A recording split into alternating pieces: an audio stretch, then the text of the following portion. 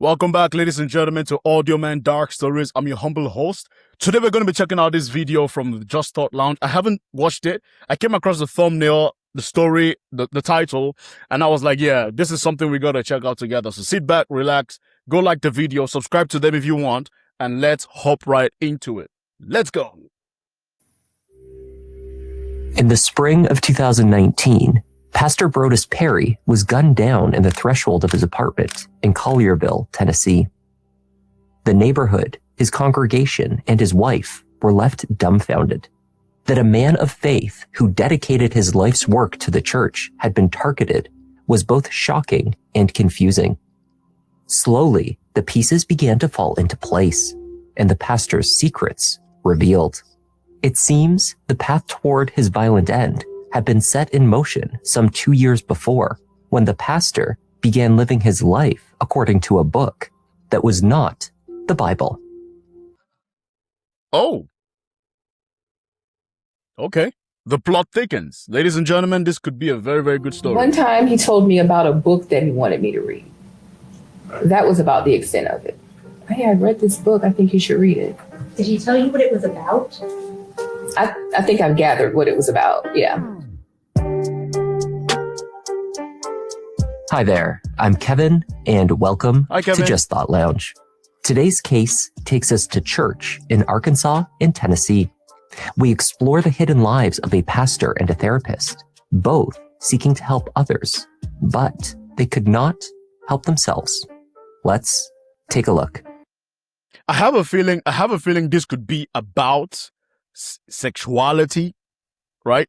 Because I've seen over the past year, I've seen videos of pastors, preachers, right, who, as you can imagine, most religions, most popular religions are quite anti, same sex. Again, this is just me assuming. I haven't watched this clip. I haven't watched the video, but this is my assumption because I've seen like 5 situations similar to this, right?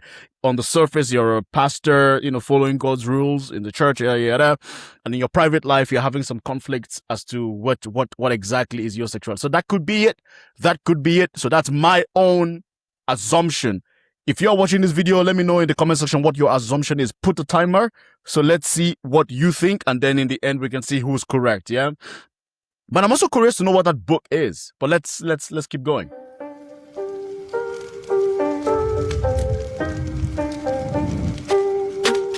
Oh, that's cool. That is cool. Collierville is a thriving, upscale suburb, roughly 25 miles southeast of Memphis, Tennessee.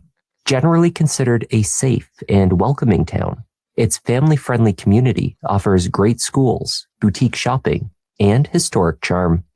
Like most of its surrounding area, the scattering of churches, large and small, signals the significant role of the church in the community's social structure, a population dominated by traditionally minded, God-fearing Christians. Yep. You should be a witness. I love black churches, man.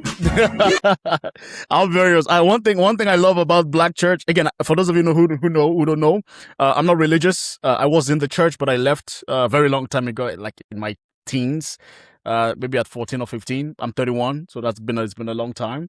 But I left the church. But one thing that I do love about black churches, both in Africa and abroad, is just the vibes. The vibes are immaculate, man. Welcoming as well, but it's a good vibe. Very good vibe.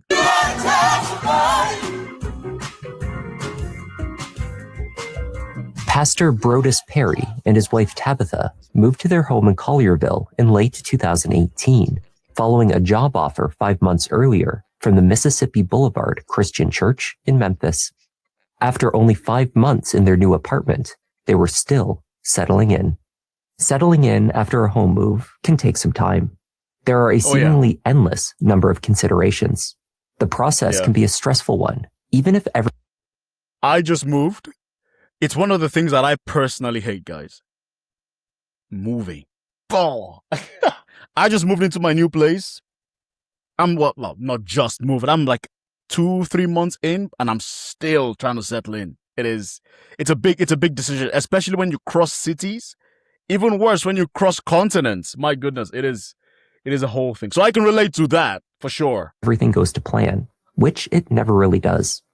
A few months ago, I moved across the country to a new home. Yeah. Amongst the chaos of organizing the move, one of the more frustrating parts was realizing how much of life depends on systems you've quietly built over time, especially healthcare. Finding a new doctor can feel difficult. Responded to an apartment on the second floor where they found 36-year-old pastor Brodus Perry unconscious on the threshold of his apartment. The pastor's wife, Tabitha, was also shot, though her wound was not life-threatening.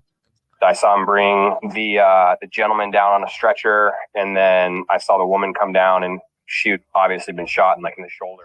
Still at the apartment when police arrived was the presumed shooter, 39-year-old Latasha Daniels. Standing by the kitchen island just inside the doorway, she appeared to be in the process of reloading her 9mm Ruger handgun with What the? Wait. So she shot the pastor and his wife, and she waited for the cops to arrive.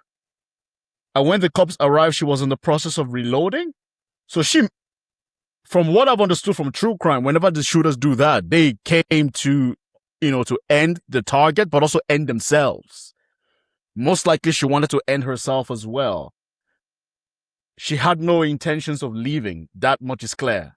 Ammunition that she had in her coat pocket. She spoke softly to herself and refused to acknowledge the demands made by responding officers. A specialty gun was brought on scene, and pellets were fired towards Latasha to subdue her. She was taken into custody. Tabitha Perry rushed to the hospital, and the pastor was taken to the medical examiner for an autopsy. Oh, he passed. Okay, he passed. Well, you can tell just how loved this pastor was. All you had to do is go on to the church's social media. I mean, my goodness, I'm more intrigued and more hooked into the story because I thought it was, a same-sex situation.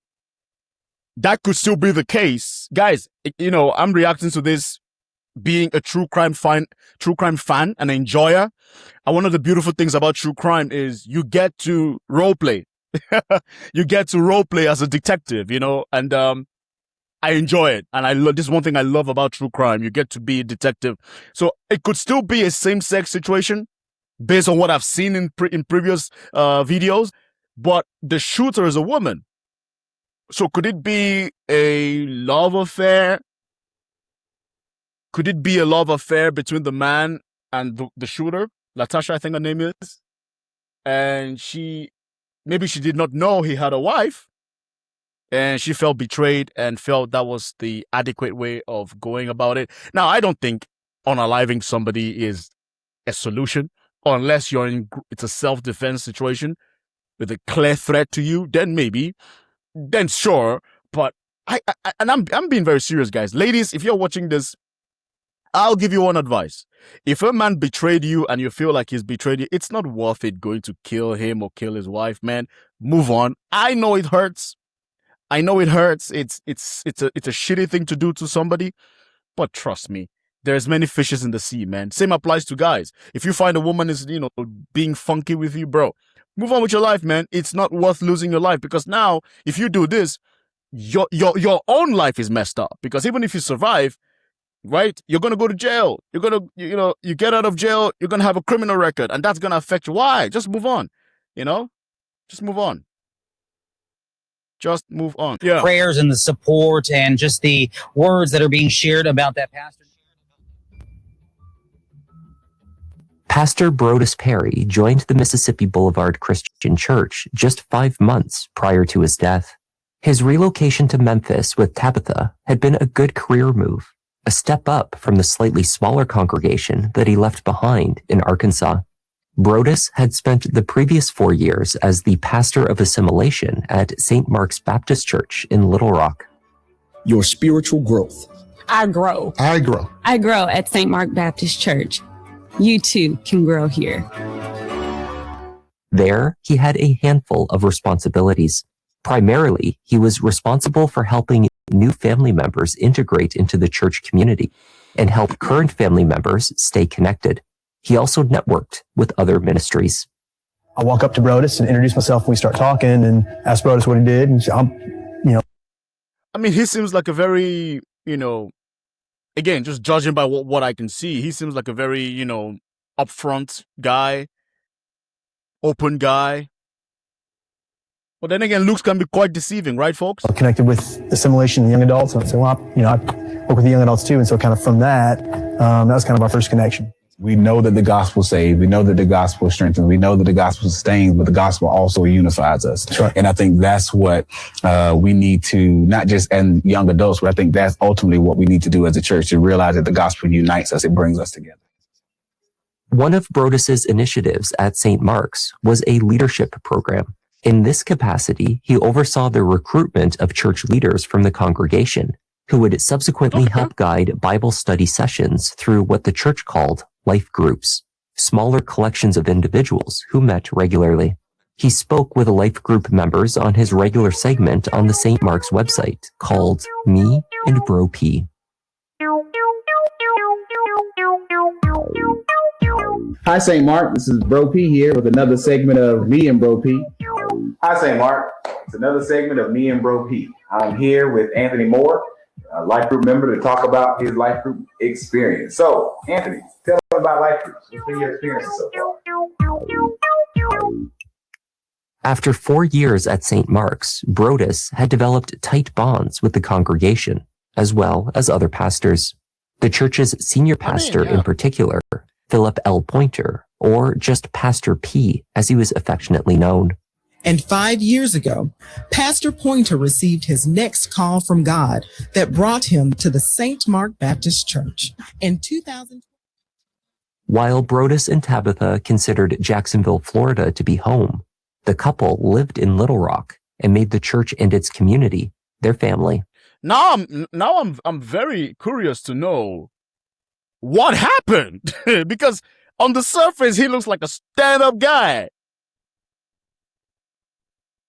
And if my theory, my second theory, that he had an affair with Latasha and she didn't know of his wife, but that doesn't make sense, because I'm pretty sure if again, it's a big if he had a relationship with Latasha, and of course, if you know he's a pastor, and then you find on the website, you probably will see his wife there.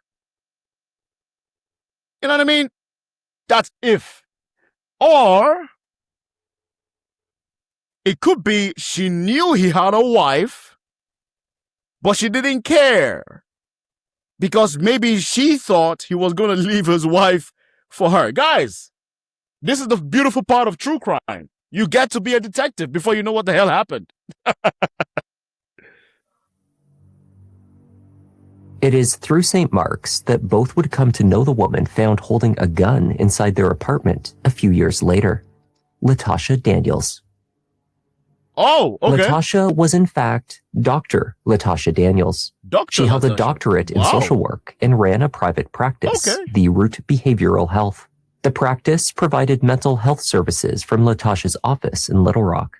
Amongst her many designations, Okay, so now we know Latasha, Pastor Broads, and his wife, they all met through church. So they know each other. Cool. So my first theory is out about being a same-sex thing. It's out. My second theory about Natasha not knowing his wife is out. My third theory still kind of stands. She knew about the wife. She didn't care. She thought he was going to leave his wife for her. That still stands, folks. Let's see. Latasha was a certified anger management specialist. She was also the founder of a nonprofit, Links of Love, which aimed to help youths and others through life challenges to build resilience and strength in the face of adversity. The guiding principles of her charity were represented by positive and sometimes insightful quotes posted online. Amongst them, conflict can be a learning tool to enhance self-awareness. And just because someone hurt you, it does not give you the license to hurt others. I mean, no, what? I mean, she seems like somebody who is, first off, very accomplished. And no, she spoke a lot about anger management, emotional control, and she unalived She unalived Pastor Broad, and attempted to unalive his wife. And so something beyond her control, beyond her, I don't know, human control capabilities happened to her. It is boiling up, though, I'll say. In her own life, Latasha had experienced challenges. At the tender age of 17, she became pregnant. Her father, a pastor, compelled her to marry the baby's father. When that union predictably ended in divorce, she felt guilty, believing her father blamed her. The failure of her first marriage weighed heavily. Nonetheless, Latasha persevered. Eventually, she married once more, a man named Brian. In the spring of 2019, this relationship was also falling apart, and her husband reportedly refused couples counseling. Unwilling to face what she perceived as yet another failure, Latasha sought guidance from her church, specifically through one-on-one sessions with Pastor Brodus Perry.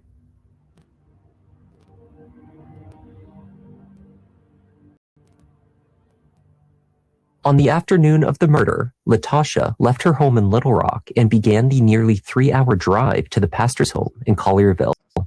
Earlier that day, however, she made an important stop to purchase a handgun. Surveillance video from inside. Is it that easy to pick up a gun in America? That's scary to me, man. I'm not in America, but I would be anxious stepping outside my home, knowing fully well that anybody can just pick up a gun like you're picking up chips from the station or something. What? Am I crazy for thinking that, guys? I think I have some viewers who are based in America, but my goodness, guys, doesn't that scare you guys? That's scary to me. The Fort Thompson Sporting Goods in Sherwood, Arkansas, captured her entering just after 4:30 p.m. She wasted little time selecting a firearm, choosing the most affordable option the sporting goods store carried, a Ruger EC9S 9mm handgun. Along with the gun, she purchased the ammunition, paid with her credit card, and promptly left. Stopping at home briefly, she then loaded the gun, placed extra bullets into her coat pocket, and began the drive to Tennessee. She arrived at the apartment sometime around 9:30 that night.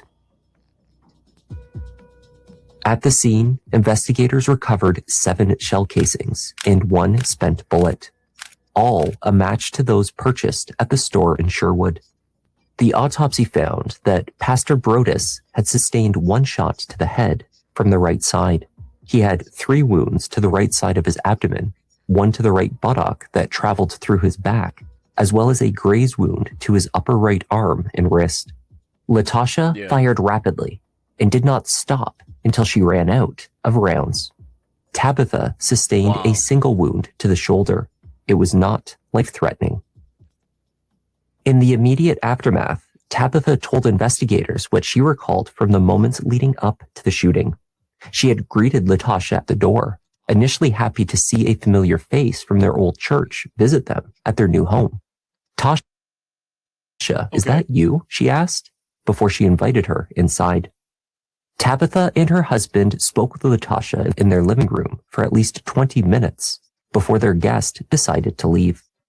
Moving towards the doorway as a group, they were chatting casually when Tabitha, already standing just beyond the threshold, turned back to find Latasha had pulled out a gun and was firing. Oh my God. It had occurred suddenly and without warning or provocation. She recalled hearing one statement clearly past Latasha's lips as she fired repeatedly at the pastor. "You broke my heart." Oh, there we go, she said. According to Latasha. There we go.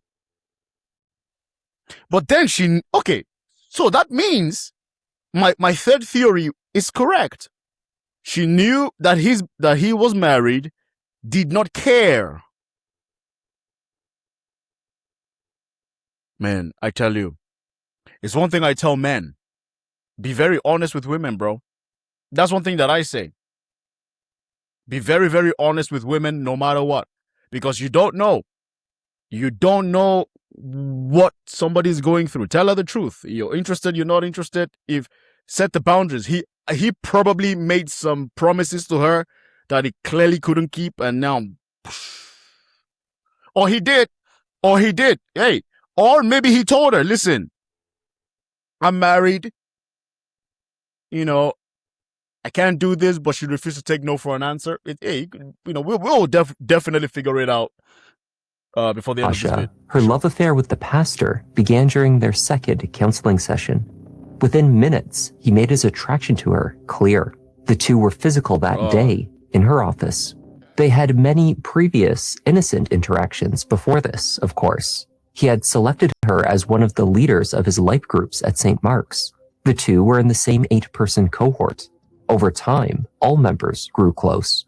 Over the 2 years leading to his death, the pastor and Latasha carried on an intimate affair. She made him lunch nearly every day, either hand-delivered to him or shared in her office. They joined a runners group together. They both purchased bikes and would go cycling. Renali.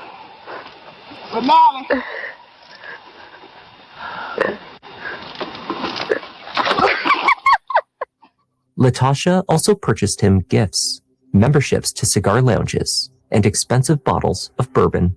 According to Latasha, there was only one other individual aware of her romance with Brodus, none other than Pastor P, the senior pastor at St. Mark's. What? What is going on? What is going on? Result, the three spent a considerable amount of time together, not just at church. Come out this Saturday at 9 a.m. in the Family Life Center. Pastor Pointer will be teaching this study, Developing God-Fearing Men. What the? See, this is part of the reason why I don't really trust people who I don't automatically think so, as you would assume, because even in my own personal experience, I've noticed that some of the most diabolical people, you're going to find them in the church, bro.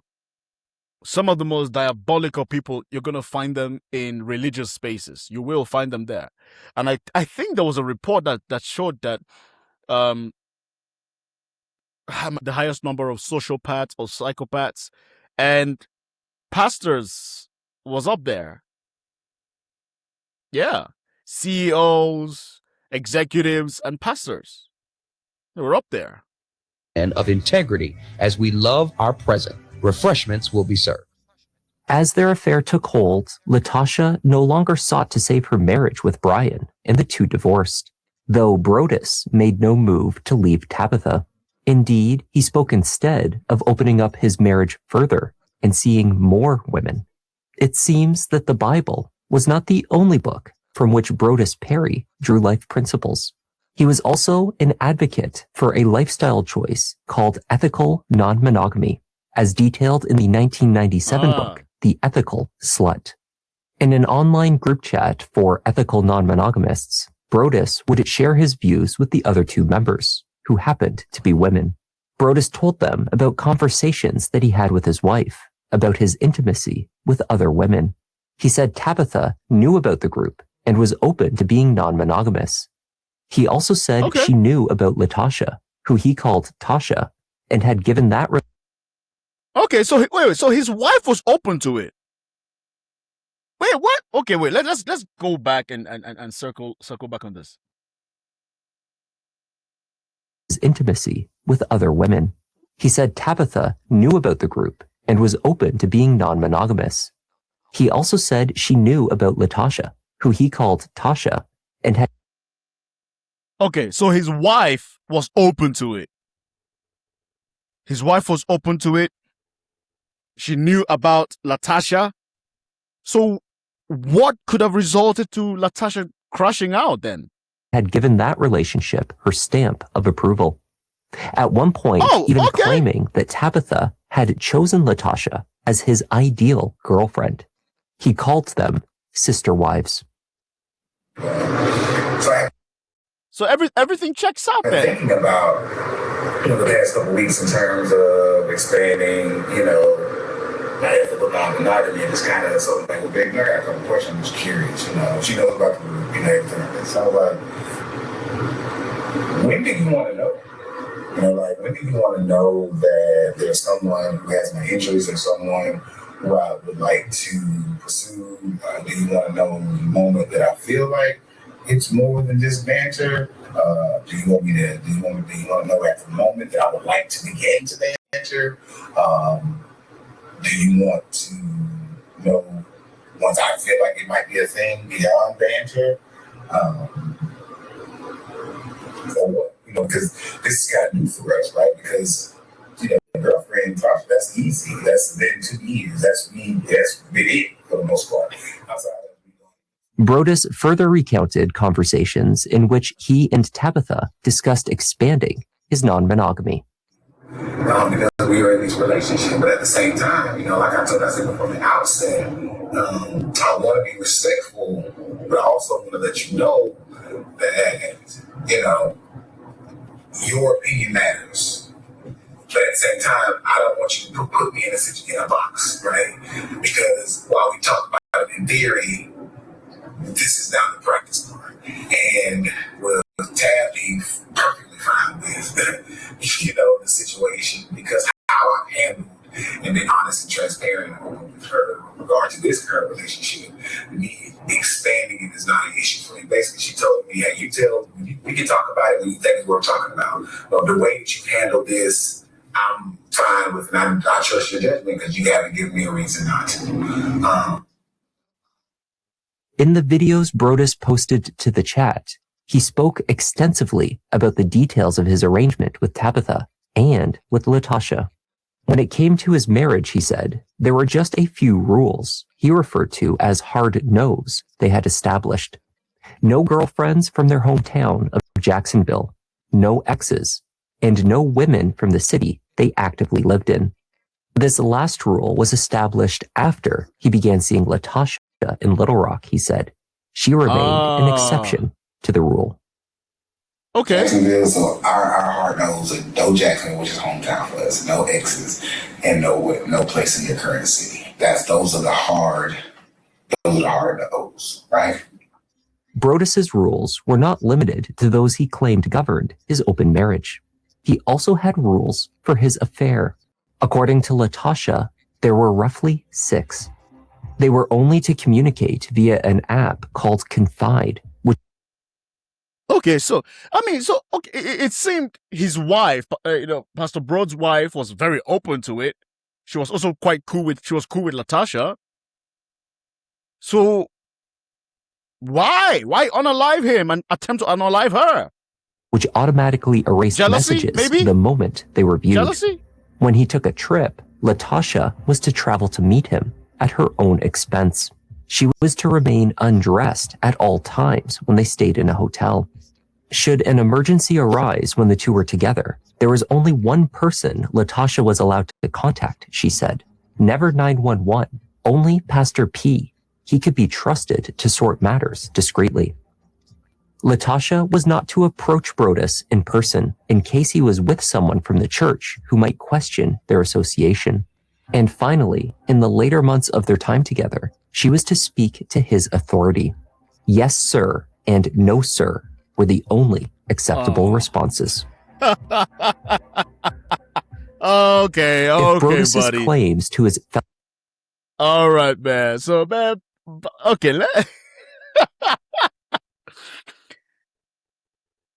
this guy was a freak, man.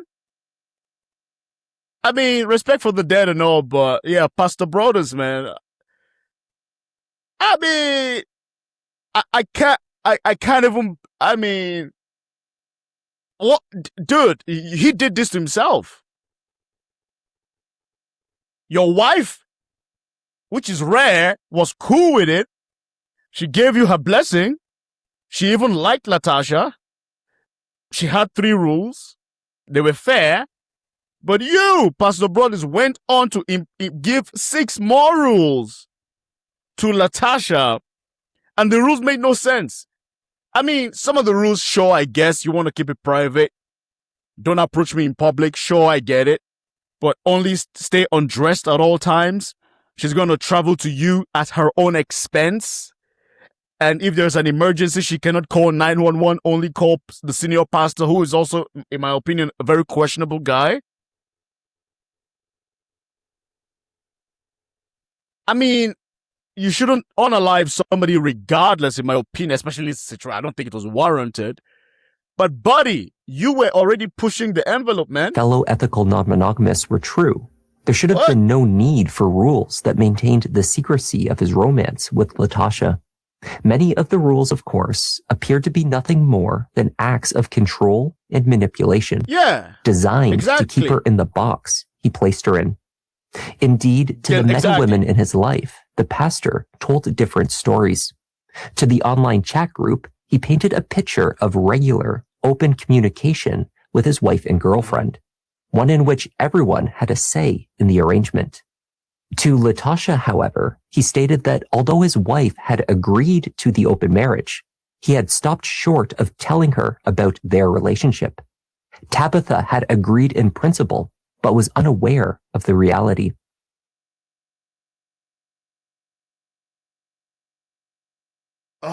Okay. Okay. So Tabitha, Pastor Brody's wife, agreed in principle that she would be okay with Latasha being his side piece, I guess. But Pastor Brody did not tell Tabitha, his wife, that he's actually seeing Latasha. I think at a surface level, that kind of summarizes it well. Last, but certainly not least, was Tabitha's perspective. And she had, in fact, never agreed to an open marriage. The term ethical non-monogamy was not part of her vocabulary. She was unaware of the affair. She had Tabitha's perspective. What? Oh, okay. What the fuck? Okay, what? And she had, in fact, never. Tabitha had agreed in principle, but was unaware of the reality. Last, but certainly not least, was Tabitha's perspective. And she had, in fact, never agreed to an open marriage. Okay, so the truth is, Pastor Brody's wife, Tabitha, never agreed to what he said she agreed to. So she's not a fan of opening up their marriage. Because I was like, really? The pastor's wife was open to that? Anyway, so it's making more sense. She said no, she wasn't open to it. So by default, she didn't know that her husband had an affair or was having an affair already with Latasha. Okay, that makes sense. Let's continue. My goodness, man, the twist. The term ethical non-monogamy was not part of her vocabulary. She was unaware of the affair. She knew nothing of the online chat. Okay. So he is a liar. So he was a liar. He was a liar. He was a con man who lied to his wife, but also lied to Latasha. Fair enough. Doesn't excuse him getting shot. I don't think that's warranted. But he kind of set himself up for this one. Or of Brodus's rambling videos. Videos that detailed conversations they never held. The first clue that her husband was cheating on her came the moment Latasha pulled out a gun in her kitchen, crying about a broken heart. Yeah, he was a piece of shit. Rest in peace still, but yeah, you're a piece of shit, dude. Come on, man. You're a pastor. Fuck. And that's why, personally, I've said before, and I'm going to keep saying it. Just because somebody has a pastor in their name or some type of religious title doesn't make them automatically a good person. A lot of crappy people, they love jobs that you need to use the title because it creates some kind of like a social shield, right? Especially in the black community. I don't know how many of you that follow me are black, probably applies in your communities as well. But in the black community, globally, we respect titles a lot. Oh, pastor, oh, professor, doctor, engineer, and we take these titles and add under those titles some perceived good and good behavior to you. And a lot of people manipulate that. They use this perception from the society and the black community to do some trashy stuff, right? So he's a trashy. He was a trashy guy, and the senior pastor as well. You're a trashy guy. He knew about all this. I mean, if he knew, because that could be a lie. We don't know, because so far he's proven to be a liar. But if the senior pastor knew about this and did nothing about it, he's also a piece of shit. Also a piece of shit. And firing. Latasha Daniels was charged and later indicted with first-degree murder. Though hers was a crime of passion, the therapist's purchase of the gun, followed by a nearly 3-hour-long drive to Memphis, suggested premeditation. Latasha, it wasn't worth it. And like I said at the beginning of this video, it's never worth it, guys. Trust me. Listen, I get it. We all get disappointed. We all get emotional. It's not worth it. Trust me. In the moment, we might think, oh my God, this person is destroyed my heart. They could have. But believe you me, it is absolutely not worth it for you to lose your life like this. Because you've lost your life. You're going to be in jail for the rest of your life, most likely. And even if you get out, you're going to be, I don't know how old she is, but she looks like she to be in her early 40s. I don't know when this story took place, but come on. You've gone. Imagine if Latasha just said, you know what, screw you, I'm out of this. And just decided to focus on her kids or focus on dating. Come on, you would have still be here, having a good life. Now, we don't know how Pastor Brody would have reacted because he seems to be a control freak, but at least she wouldn't be in jail. I don't know if you guys understand what I'm saying. She pleaded not guilty. The trial saw multiple delays. Latasha Daniels was 46 years old when she finally stood trial in November 2025. Her defense did not argue that she was not the shooter. That was not an argument they could win. Instead, they focused on intent, telling jurors that the clinical therapist experienced a mental health crisis on the day of the shooting. Latasha herself was the intended target when she purchased the handgun that day, not the pastor, and certainly not Tabitha. She was willing to let him engage in this ethically non-monogamy. And Broadus told Latasha, you and Tabitha will be sister-wives. You will live with us. We will have a life together. I just haven't told him. But I will. Tabitha took the stand to tell jurors about the day of the shooting and the revelations that came to light after that fateful moment in the doorway of her home. I walked to the door and I'm just giving this little spiel about not speeding in the area, just making small talk as we go to the door. I open the door and I go out. We're on the second floor and I'm like right at the steps when I turn back and I'm like, okay, no one's behind me. And then I see her pull out her gun and start shooting. Was she inside of the apartment? Or No, she was outside of the apartment and he was like standing in the doorway, like in the threshold. She started shooting. He hit the ground and I started running toward him and she told me like basically back off. So I stopped and I ran to the neighbor's door and I banged on the door, called 911. She went back into the apartment. So I went back into the apartment because I'm just trying to figure out what is going on. Like, why is this happening? So I'm, screaming naturally, why is this happening? What's happening? Why are you doing this? Well, at some point I got on the ground and I can't remember if I got on the ground immediately, but I was on the ground and I was kind of hovering over him, kind of in my mind. I'm like, let me cover his head, so he doesn't get shot anymore. And, she was yelling at me to move and I wouldn't move. So I got shot. Prior to Mr. Perry's death, did you have any idea that the defendant and Mr. Perry were involved in any kind of an inappropriate relationship? No. Did Mr. Perry at any time have any conversation with you about he would like to have a relationship with Latasha Daniels? No. Did he at any time have a conversation with you about he wanted to have a relationship with anyone other than you, a sexual relationship with anyone other than you? One time he told me about a book that he wanted me to read.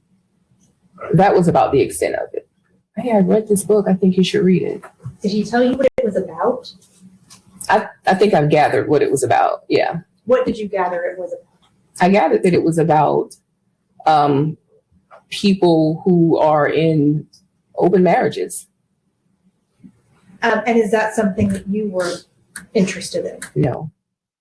The defense team demonized so she was not Brodus interested in Perry. that. I let it play out. I let it play because I wanted to hear the wife speak. So he lied. That's just what it was, guys. Pastor Broads lied. He lied. He lied, and then this situation happened because of his lies. He almost killed his wife, guys. Don't forget that. She also got shot. I personally believe if Latasha wanted to kill Tabitha, she would have. Don't forget that.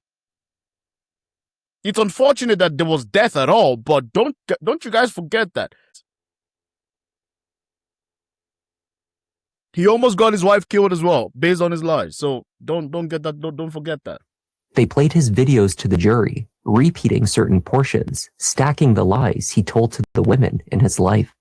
The aim was to show that Latasha had been manipulated by him for years, that the pastor had taken advantage of her when she was emotionally vulnerable, and then took steps to control her, right up to the moment he no longer wanted her. Latasha took the stand. She began by explaining the concept of ethical non-monogamy. So let's see what she has to Is say. where individuals are able to have multiple relationships, but everyone in the relationship must consent. Did Brodus tell you that he had talked to Tabitha? Important. Did Brodus tell you that he had talked to Tabitha about ethical non-monogamy? About ethical non-monogamy. He did. Did he tell you that Tabitha had said she was comfortable with it, but he just hadn't told her about you yet?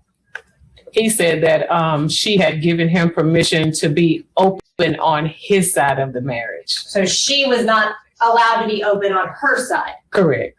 But he told you that she had given him permission to go outside. Yes. But he had not told her about you, to your knowledge. No, not to my knowledge. She told jurors that the two continued their relationship after Brodus moved to Memphis, but that things had been turning sour between them. Did Brodus ask you about expanding the relationship beyond you? He did. That's the thing. This is where I always tell people, beyond this case, I always tell people, you have to understand, ladies and gentlemen, there's a saying, how you get them is how you lose them. Have you heard that statement before? If you've heard this statement before, put a one in the chat. How you get them is how you lose them. If a guy tells you, listen, I want an open relationship, or let's open it up, ethical monogamy or whatever the hell they call it, threesomes too, right? It doesn't end there. It doesn't end there. It's gonna start with, hey, let's open up the marriage. Cool. Let's get one person in. And there's going to be like, yeah, we got one. Let's get another person, but this other person is going to do this for me or for you or for me. And then it just becomes a mess. I don't know if this is a stat, but I've seen that couples that engage in threesomes with somebody else, the relationship doesn't last anymore. Something like that. I don't know. I don't even know if that's true. It's something that just came to my mind, because almost every story that I've seen of couples who were happy or decently happy, as soon as they start opening up the marriage and having all sort of things, and it collapsed. Because I think this type of situation, it depends heavily on transparency. He was not transparent, so that could be why this situation happened. Because I think this was avoidable. Right? You could get a divorce from your wife and keep it pushing. He didn't do that. You could have been honest. Or at least you could have been honest to Latasha. He wasn't honest to her. And I think that is what led her to do what she did. I don't condone killing somebody because of this. I don't think it's worth it. But he brought this upon himself for not being transparent. So if you're gonna be in a threesome dynamic type relationship, like, you have to be honest, man. You have to be very honest. You have to communicate the do's, the don'ts, and make sure all parties are consenting to it. You don't leave any plausible deniability. It has to be honest, so that everybody involved knows their role. When he asked you about that, how did you respond? I told him I didn't want to. Did he tell you, well, my wife's on board with it, so why isn't my girlfriend? That's exactly what he said. On the day of the shooting, Latasha received a message from Brodus on the Confide app. He no longer wanted to be with her. A moment after she read that message, the app deleted it. And it said, I think our time is up. Yeah, but you know, Latasha, I'm struggling to feel sorry for you, man. I'm truly finding it tough to feel sorry for you, because first off, you knew he was a married man. You know what I mean? I'm not trying to be a dick, guys, but I don't feel sorry for women who engage with men who they know are committed. Like, aren't you religious? Aren't you a Christian? What does the Bible say about adultery? Somebody help me out with that, right? What does the Bible say about adultery? It speaks against it. You are in a church. You know this. You're dealing with not only a married man, but the goddamn pastor. That is a sin in itself, I'm sure. So you're breaking one of the covenants of the Bible. You're dealing with the pastor, who is also a piece of shit. You were following the rules. And now you are shocked that a pastor who's cheating on his wife, breaking the sins, the commandments, is doing the same thing to you? What makes you think you're special? I've seen, in my own personal life, I have seen women who go after married men, know he's a married man with kids, and then are shocked that this married man who they willingly cheated with is cheating on them. Like, I don't know what goes on in the mind of some women. Like, who do you think you think you're special? You think you're bigger than the program? So he had broke up with me via disappearing text. What the fuck? What did you think?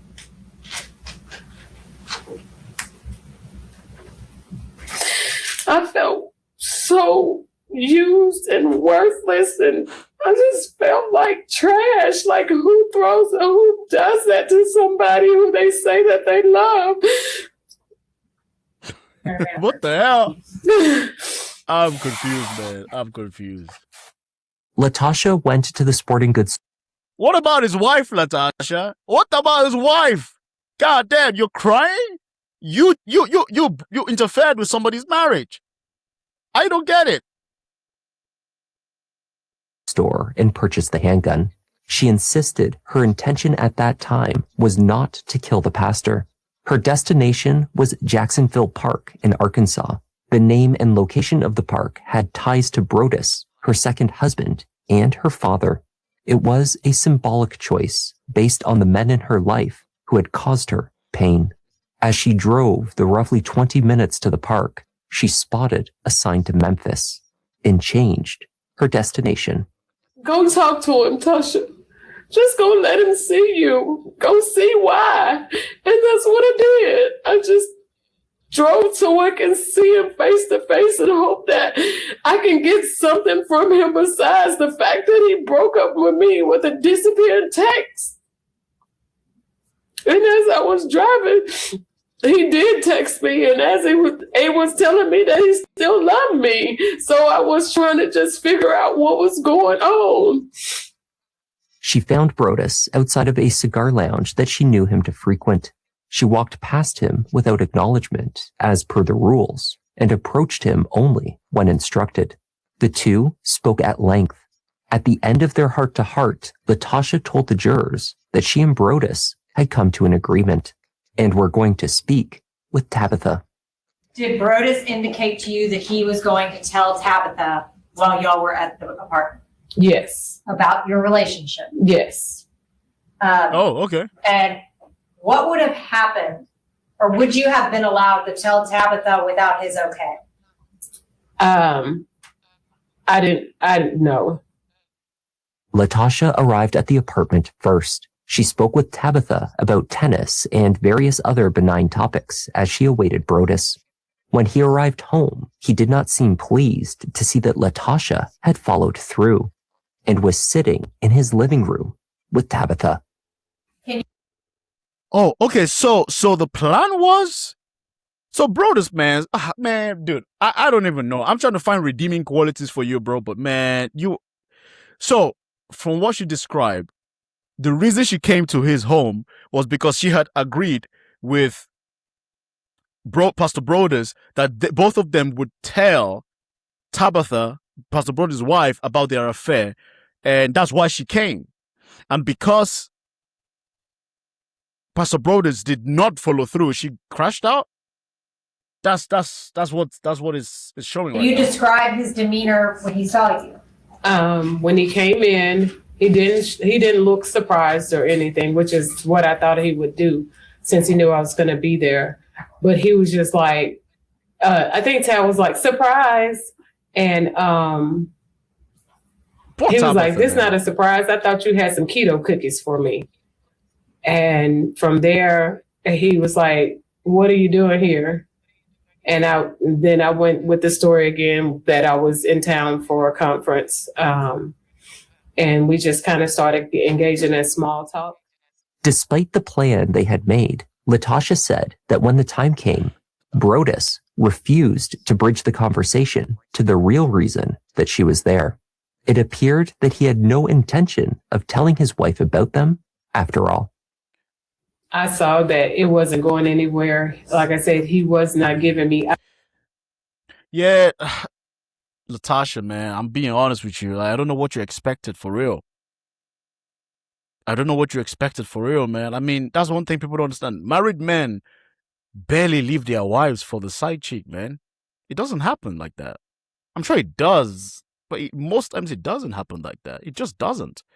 Because you have to keep in mind, this guy has been, he's been married there's a reason he's married to his wife for however long they've been married. They probably got properties together, got stuff together. It's not, I think one thing people don't understand is that they think that you can just end the marriage and walk away and that's it. No, a marriage is a contract. It's a legal, recognized state contract, So you cannot just up and leave. There's a reason. Before people get married, they go through a lot of processes, right? Dating phase. You move from boyfriend and girlfriend to fiance and whatnot. And, that takes like a year or two, and then you become married. And then it's a commitment. So to women especially who think, or even the men who think that a woman or a man is just going to up and leave. Hey, no, especially if the guy is somewhat successful. It seemed he was... It seems combined, they were doing pretty well for themselves, I think. So they're just going to up and leave on that, I don't know. I wonder what goes through the minds of these people who expect the man or woman to just up and leave, I don't get it. Eye contact. So I knew, or I felt like he had changed his mind. And I just didn't want to keep sitting there feeling at that point stupid, but he refused to walk me out. So Tabitha opened the door and was walking out. I was still trying to get him to walk me out. And as I reached into my pockets to get my keys, I remember being outside the door. And then the next thing I was standing in their kitchen. Do you deny that you shot Brodus Perry? I do not. Do you deny that you shot Tabitha? I don't, but I know it wasn't intentional. Did you mean to shoot Tabitha? No, I wasn't trying to hurt her. Like I told you, he almost got his wife killed. Pastor Brodus almost got his wife killed, man. Almost got your wife killed, dude. I cannot forgive you for that. She's an innocent woman in this context. You almost got your wife killed. That is not good, bro. Not good. Anybody? When you went to that apartment that day, did you intend to use your gun on either Brodus or Tabitha? No. Why did you drive to Memphis? I drove because I just wanted to see him. Why? I wanted him to explain why he did that. Did you hope he would say, we can be together? Yes. Did he give you that hope when you went to the apartment? He did. did he yank that hope away? He did. As he often did. You did it because you thought he deserved it. No. I love Brodus. I would have never intentionally hurt him. No, ma'am. You did it because he broke your heart. No, ma'am. No further questions. I mean, what do you guys think? Do you think she loved Brodus though? I don't think it was love, personally. I don't think it was love. I think at the moment she was in a very low place with her marriage, that was already crumbling, and then Brodus being there. I think Brodus was just there. What do you guys think? Correct me if you think I'm tripping. I think it was not love. I think it was just convenience, right? Brodus was a man of God, quote unquote man of God, who paid attention to her. He was also a man of power. Because you have to keep in mind, she's a doctor, so she's also quite high up there. But in the context of the church, the pastor takes precedence over any other title. He's the leader, technically, right? And he's paying attention to her. He's, they're spending time together because they were in the same life group, as they said. And he expressed interest in her, and she was already in a low place dealing with a crumbling marriage. I'm not excusing her behavior. Don't get it twisted. I don't think she loved Pastor Brodus. I think she was just falling for the available attention, and she didn't want to let that go. Probably some insecure, because she did mention that she didn't want to have a second marriage that failed. So that was, to me, the way I read it is she just didn't want to deal with that failure. So she clinged on to the available guy who seemed to be relatively stable. He's married, so just cling on to him. And because of that desperation, she was willing to deal with all the fucking rules that this guy had. It wasn't love. It was, I don't want to say infatuation, but for lack of better word, I would say infatuation. I don't know if you guys see what I'm saying. If you disagree with me, let me know. What do you think? Did you think Latasha actually liked Pastor Brodus? I don't think so. What do you think? Let's wrap it up. And now we're back at the beginning. You broke my heart. So I'm going to purchase a firearm. You broke my heart. So I'm going to purchase ammunition. You broke my heart. So I'm going to take that gun and the ammunition and drive 3 hours away to your home. You broke my heart. So I'm going to knock on your door. You broke my heart. I'm going to sit there and talk with you and your wife for about 20 minutes. You broke my heart. So I decide to leave. You broke my heart. So I'm going to shoot you and kill you in your doorway. And along the way, shoot your wife. But it's okay, because you broke my heart. The jury deliberated for only a few hours before returning with a unanimous verdict. They rejected the first-degree murder charge and convicted Latasha instead of the lesser charges, second-degree murder and reckless endangerment. Observers inside the courtroom noted that jurors appeared to have been moved by Latasha's testimony, visibly showing empathy for her. Yeah, I mean, I can empathize with Latasha. Don't get it twisted. I empathize with her, but you cannot kill somebody over this, dude. You just cannot. Like, look, I'm not recommending this. If she went to his house and then punched him, whatever, cool. Better than shooting him. But because, and I'm saying this for her own good, the moment you take someone's life, bro, it's whatever reasons you have, it's out of the window. It just is. Even if they wronged you, you can't take their life, man. You just cannot do that, right? Pastor Brodus was a piece of shit. I'm not gonna lie. Absolute piece of shit. But you shouldn't take his life. You should have walked away. You're a therapist, I think. Handle it. And in such situations, when such things happen to you, the best thing I always recommend for people is you want to lock yourself in a room. If you want to get all the emotions out, okay? Lock yourself somewhere. Keep distance between you and that person. Drink alcohol if you must, but don't do anything crazy. You can cry, you can scream, you can punch walls. Get that emotion out of your head if you can.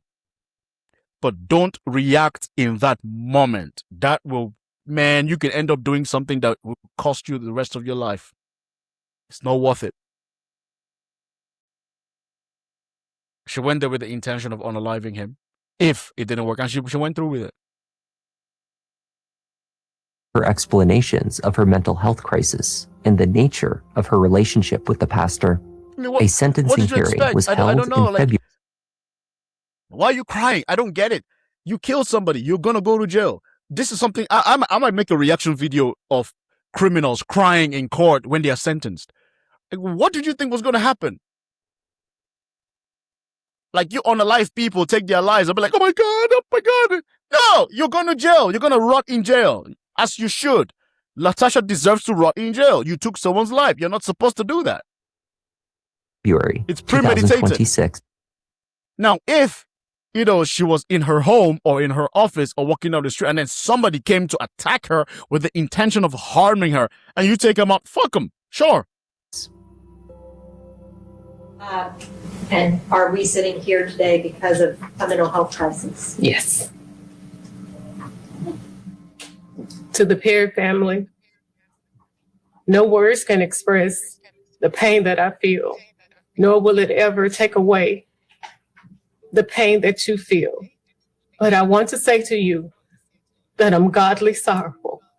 And I know it doesn't take back what has happened, nor does it negate what has happened. But I want you to know that I am so sorry for the pain that I've caused you. To Tabitha, I'm so sorry. I never meant to hurt Poor you. Tabitha, man. I think, And I in my pray opinion, that in my opinion, Tabitha is the real victim in this story, guys. I can't even lie to you, man. She's the real victim here, for real. all of you guys will forgive me. But please know, I never meant for any of this to happen. Latasha Daniels was sentenced to 20 years in prison. She is likely to serve 17 years of this sentence before she has a chance of release. Shout out to Just Thought Lounge. You guys are awesome. Thank you for making this video. You guys are absolutely awesome. Shout out to them. Go like, subscribe, join their membership if you can. Oh, shit, wait a minute. I can actually join them. I will join. I'll support them. I will join their membership as a show of support to their channel. Let's support them, guys. Let's support them. They do good work. Let's also show them our way of supporting them as well. So shout out to them.